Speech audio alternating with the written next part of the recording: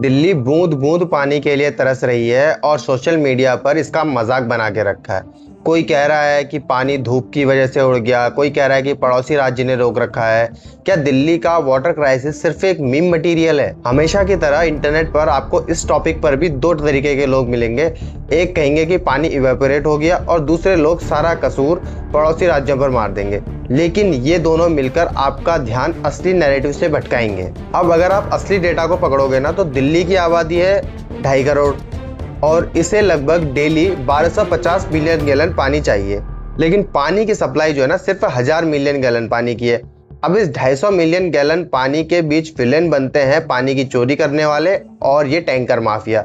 लेकिन इसे हमेशा की तरह बहस से गायब कर दिया जाता है। अगर हम साइंटिफिकली समझें तो खुले रिजर्वायर से पानी उड़ना सच है, लेकिन असली नाकामी ये है कि दिल्ली का वाटर सप्लाई सिस्टम अभी तक सुधरा क्यों नहीं। क्योंकि 40% पानी तो सिर्फ लीकेज और ये पानी की चोरी करने की वजह से गायब हो जाता है। अगर ये लीकेज रुक जाएगा ना, तो आधी समस्या तो वैसे ही खत्म हो जाएगी। तो अगली बार किसी नेता के आधे अधूरे बयान पर हंसने से पहले सोचना, क्योंकि जब अगली बार तुम्हारे घर का नल सूखेगा तो ये मीम्स प्यास नहीं बुझाएंगे। नेताओं की रैलियों से नहीं, बल्कि ग्राउंड के डेटा से सवाल पूछो और ये झूठे प्रोपेगेंडा से बचो। इस पर अपनी राय कमेंट सेक्शन में जरूर लिखो।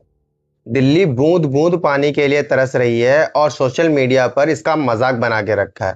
कोई कह रहा है कि पानी धूप की वजह से उड़ गया, कोई कह रहा है कि पड़ोसी राज्य ने रोक रखा है। क्या दिल्ली का वाटर क्राइसिस सिर्फ एक मीम मटेरियल है? हमेशा की तरह इंटरनेट पर आपको इस टॉपिक पर भी दो तरीके के लोग मिलेंगे। एक कहेंगे कि पानी इवेपोरेट हो गया और दूसरे लोग सारा कसूर पड़ोसी राज्यों पर मार देंगे। लेकिन ये दोनों मिलकर आपका ध्यान असली नैरेटिव से भटकाएंगे। अब अगर आप असली डेटा को पकड़ोगे ना, तो दिल्ली की आबादी है 2.5 करोड़ और इसे लगभग डेली 1250 मिलियन गैलन पानी चाहिए। लेकिन पानी की सप्लाई जो है ना, सिर्फ 1000 मिलियन गैलन पानी की है। अब इस 250 मिलियन गैलन पानी के बीच विलेन बनते हैं पानी की चोरी करने वाले और ये टैंकर माफिया। लेकिन इसे हमेशा की तरह बहस से गायब कर दिया जाता है। अगर हम साइंटिफिकली समझें तो खुले रिजर्वायर से पानी उड़ना सच है, लेकिन असली नाकामी ये है कि दिल्ली का वाटर सप्लाई सिस्टम अभी तक सुधरा क्यों नहीं।